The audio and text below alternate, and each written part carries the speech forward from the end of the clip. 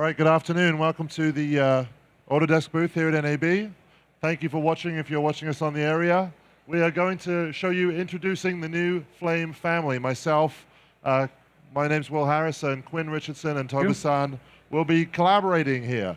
Let's just take a look at our intro graphic so you can understand what the Flame family is. So really it's Autodesk Flame Premium is the daddy of the family. And here's Autodesk Flame, along with Autodesk Luster running on the same workstation. But additionally, you might consider Autodesk Flare, which runs on a separate Linux workstation, and an Autodesk Flame Assist running on Mac. So we have kind of a collaborative family to be able to do collaborative jobs with Flame at the core, and these other products doing the appropriate tasks. And we're going to look through a real-world job here, executed in Ultra HD, so that's 4K for TV. And if you'd like to come over to the Flame here, the guys at MPC LA, thank you very much to Paul O'Shea, Jenny Bright, and Andrew and the team at MPC. Let me just play back this really cool piece for the Sony Ultra HD TV.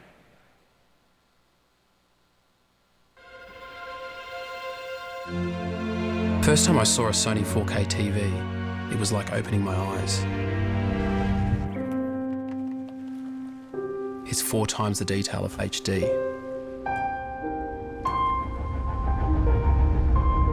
Colors become richer, details become clearer. As a filmmaker, that changes everything. Audiences can see the stories I imagine like never before, in clarity and beauty that enhance everything we watch.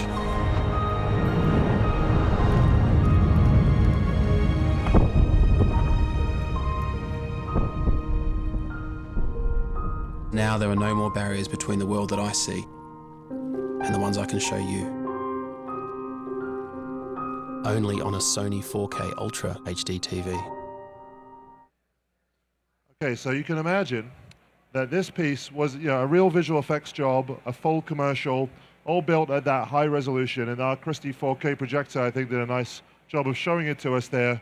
Here we have some sources. And you may not be surprised to learn that this was shot on the Sony f65 camera. And indeed, if I just look at my full screen library view here, you can see a bunch of my sources. And I can just examine these, I can view them at different sizes, and I can just jump in and take a look at my dailies, if you like, my raw materials, and I could pick a shot to work with. And indeed, if you take a look at this one of the crowd here, it's quite interesting how you have here really an interesting shot that allows me to just, let me just jump in on this shot a little bit. I'm going to use my color management to view it in the correct color space here. And you can see that whilst it might appear to be overexposed, this is just the raw nature of this file, which gives us multiple exposures, what I can read and I can work with dynamically. So it's a high dynamic range image, beautiful image. And I just want to show you how we can reinterpret or interpret the size of the image. So let's just have a look at our resolution settings here. And I want to start by actually showing you at 2K what the image looks like. So let's just have a look at it. Sweeten to taste, the brightness.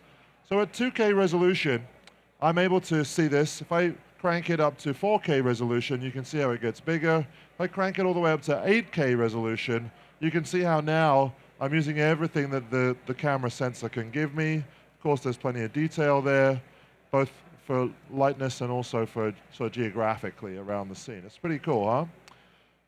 So then, having just examined our dailies, our raw material, we might want to go ahead and do a conform.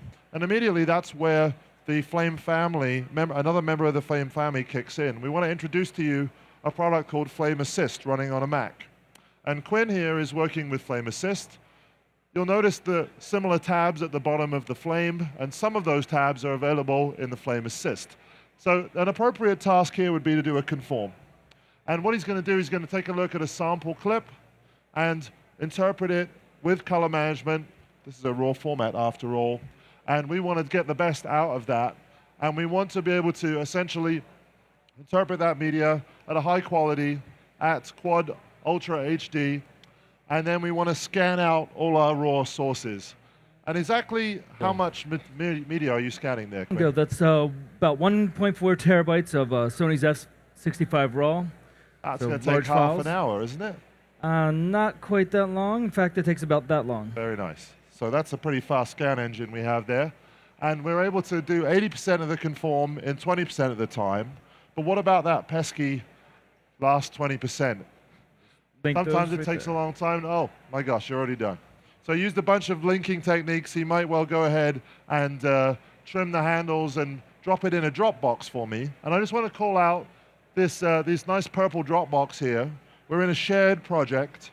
So if you do that, you're able to come back to me here. And if I look on the flame here in my libraries, you can see that I have that same Dropbox. We're in a shared project, so I can pick up that conform and instantaneously open the whole conform here, and I can go right ahead and play back this piece that was just essentially conformed, because not only do we have Ultra HD performance, we also have a real-time SAN, which shares our media between the two systems.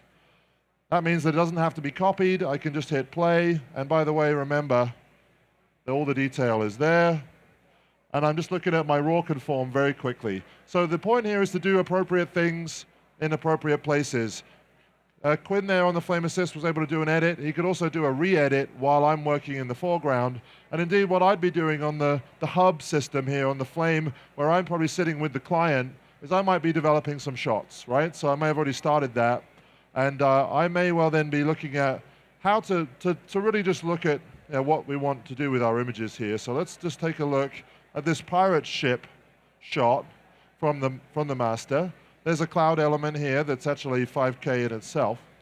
And then I want to bring this in, and I want to go ahead and comp it, but it'd be just too easy to just slap that into place, wouldn't it? I mean, that's certainly not going to be that simple, but that might be a start. I'm actually going to show you how interesting technique here might be to actually use our 3D shape, which is a new feature. It's a tool that we use for a bunch of different things, including just drawing out geometry in the system. So this is actually a really cool thing to be able to do. So I can build a piece of geometry, I can give it depth, I can rotate it around, and you'll be able to understand that this is a geometry building tool right here inside of Flame. But actually what I wanted to do here was I just wanted to use it as a projection host. So I'm going to take my 3D shape, and I'm going to, instead of using a Gmask, I'm going to bring in a plane. And a plane really is just a card or essentially an infinite line in space that allows me to just set a line here. I can also add some softness to this, and then I can blend this and put it at the right space. So you can see what I'm going to do next. You probably might have guessed that I'm now going to project the media on here. So this is my sky layer that I want to bring in and sort of position in just the right spot. Remember that softness there, which allows me to blend in and get some interesting nuances to how my sky is going to blend into my background. Just a quick look, you might well build a full sky. That's what the guys at MPC did. This is one of their builds for a background. It looks pretty cool. You might then go ahead and visualize how the ship might want to come in. This is just for fun. You can see how we could extend the path here and the ship's going to go around and so on. You might even go as far as quickly laying out the ships in space using that FBX model to see how this might go. This is not a final render, of course. There's a lot of work to be done to nuance this with all the cannon fire and so on. So this may well be a good candidate of a shot that would be interesting to share with another artist in the Flame family. I have another one here, which is the ladder build, which is also going to need some work. These ladders, this is the ladder material that needs to go into this plate and look like these kind of super high sky ladders from the final. We need to be able to do the kiss shot, which is where we see the pirate ships again. And of course, there's the TV insert, which is a very important piece of regionalizing your commercial, putting a screen replacement in here as needed based on the comp that's going to go in that screen, and all the end tagging, all the different Photoshop elements that all need to be put together. So I'm going to distribute the work. What I'm going to do here is I'm going to say, okay, the pirates, the ladder, and the kiss, are going to go straight into the for flare Dropbox. And I'm going to take the TV insert and send it right back to Quinn there for flame assist. So really what this does for me is it gives me a way of distributing work appropriately. And if we go to a 3-up view, I want you to see that at this point, all three of us can be working. And it's worth mentioning that with a Flame Premium license, you get 2 additional licenses, one for Flame Assist and one for Flare. So this is one Flame Premium, essentially foreground workstation and 2 additional workstations working here. And off they go. Come back to me and I'm going to show you how really the problem that I need to deal with is the even bigger problem of the shot that everyone's worried about in this piece, the spaceship stuff. So indeed, this may have started as a reference, and it may well be that we're a CBB there on the quick comp, and if this might be all I have for a backplate, or maybe this is one of the ideas, and so on. Whilst the animation guys there at MPC most likely were already working on a really cool ship that might actually be able to be rendered really nicely here, but without really knowing the camera angle from production, right? So then things might move into a sort of an animation stage where they jump through and they do different parts of this, blocking it out, making it look good. Then they might change the camera angle and so on and get an idea and move towards actually doing a production render at very high quality. Remember, we're working at Ultra HD. That's 3840 by 2160 resolution. 4K for TV, if you like. And I'm going to need to work that way in the Flame. So if I go ahead and show you how that looks, it's pretty gnarly, actually. So then I have my my water, which needs to go on the ship. That was rendered with one 3D package. And this was rendered by another 3D package, right? So essentially, I've got my scene linear EXR here that needs to be comped. You can certainly see there's a lot of detail in there. That's nice. But it's a high resolution. It's coming in here at the 3840/2160. And of course, so is my backplate, which ended up being clouds. So let me just show you how we comp those things together. There's one way of doing it. And really what I want to do is I want to see the interactivity, show you how fast you can do this in the Flame. So pretty quickly you can see that I could throw those pieces together. I can still scrub it even though I'm working at 4K. And of course, the problems and the reason maybe to do this in your Flame are going to become obvious right now. So here's what's going on. The water, as you can see, is misaligned, in this case, with the ship. How am I going to solve that? That's obviously not going to fly with the executives up at corporate. So I need to fix it. Can I? Should I have to go back to 3D and figure out who got the camera wrong, what happened, what went wrong, figure it out, render it out again? Well, hopefully not. Hopefully I can fix it for you in 5 minutes in Flame. So that's what I intend to do. I just put the same pieces together in action. And essentially I've got some normals here. I've got my water separated. And really that allows me, the normals is neat because it allows me to change the lighting. That's cool, right? It's a simple technique, but a good technique. It's perfect for rigid body stuff like this.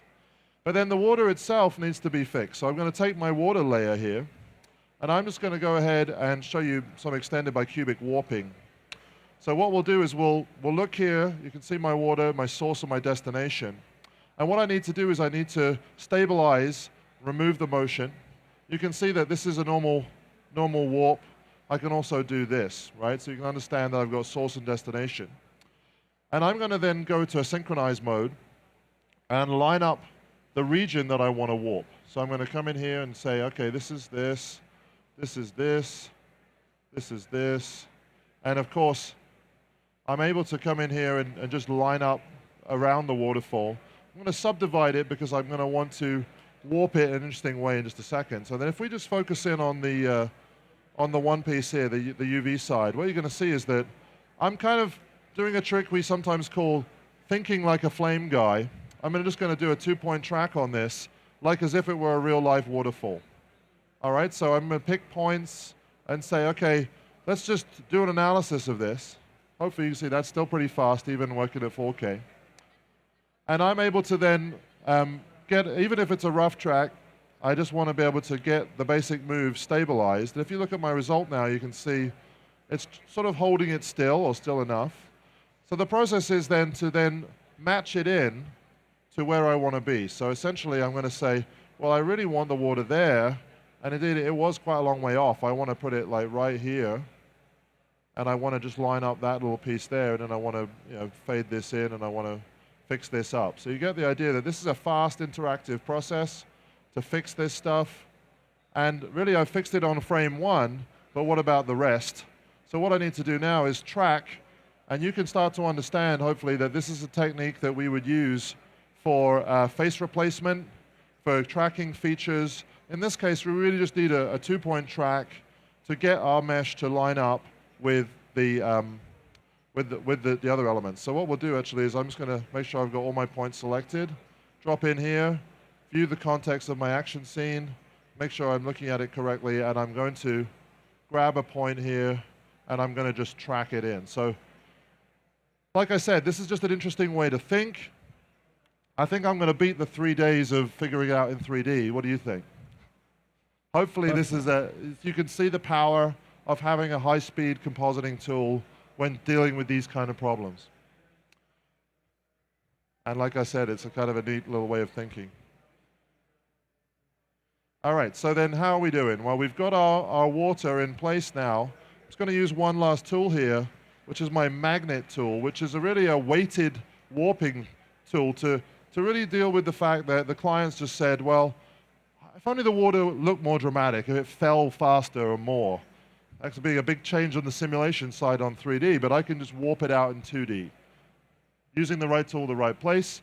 At this point, maybe you guys could actually show us the full screen 4K output, and you can start to understand that if you were my client, you're watching this on the big plasma screen, and you're able to say, yes, that's how I want it to look, looking like that, deal with the last bit of detail, and again, it's all there. Rendering this is very fast to do. It doesn't take long. It's just a hardware renderer. So I could set off a render if I wanted. But really what I want to do is show you a smart thing to do here might be to bridge back to the timeline environment, because everything that's a comp here needs to be, there it goes. So 30 seconds to render that one out. And I want to do something actually a little smarter than that. I want to go create BFX. And I want to do that because it containerizes all of this into a clip that could then be put into a timeline. So this is just a powerful way to solve some problems. And that's also how we collaborate. So if we just go back to a 3-up view, I want to show you how, as you get towards the end of a job, you can understand that Quinn has been doing his versioning. Toba-san has done an amazing amount of work in 10 minutes. He's almost finaled the shot. In fact, that's one of the real NPC comps. And we're ready to sort of start bringing it back together. So if you come back to me on the flame, you can understand that I have a work in progress timeline being built here. And what I'm able to do then is I'm able to come in here and I'm able to say, okay, that's the ones that I just did. There's a couple of versions, of course. If I just peek through them, you can see the different lighting tricks that I was up to. If we look through the versions over here, you can see the different regionalizations. Is there anyone here from Nebraska? Sometimes someone yells. And then, of course, if we jump in here and open that big comp that Toba-san built, I'll just cut it into the timeline. My story here is one of 100% compatibility. So you can see that whoever does the work, I have access to it. I can go and work on that. And even on this big comp that Toba just built, he's in the back, by the way, I have access to his work. I can tutor him. I can help him. He doesn't need it. He's a very senior artist in himself. But you can understand that this is just a way of being able to collaborate at a very deep level. So that's what we wanted to show you here. Let me just come back and play this back for you guys so you can see how it looks. If maybe the guys could give us back our full screen preview, and we'll play this piece from MPC. Thank you very much.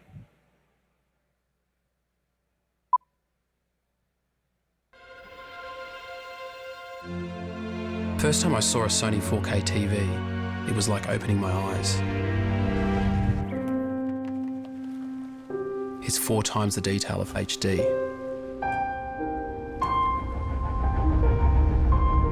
Colours become richer, details become clearer. As a filmmaker, that changes everything. Audiences can see the stories I imagine like never before, in clarity and beauty that enhance everything we watch.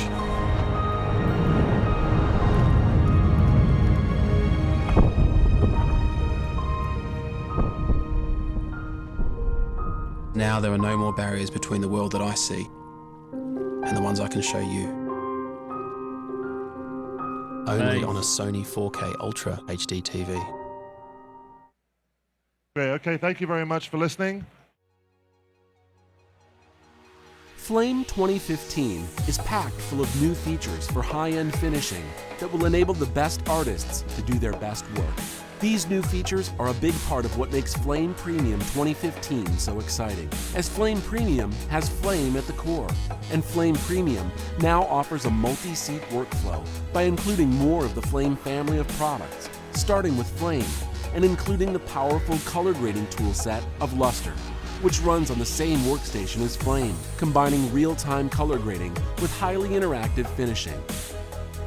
And now, Flame Premium 2015 comes with 2 new licenses. The first is for Flare, which enables another artist on a different workstation to collaborate on shot-based visual effects tasks. The second license is for the new Mac-based Flame Assist, which supports the Hero workstation with a timeline-based workflow capable of handling a broad range of creative and technical tasks. And with new flexible licensing options for Flame Assist and Flare, you can easily scale your Flame Premium workflow to handle spikes in production. It gives you balance between creativity and efficiency without sacrificing the performance you need for creative brainstorming, look development, and high-end finishing. Autodesk Flame Premium 2015 is more than a product. It's also an amazing high-end workflow.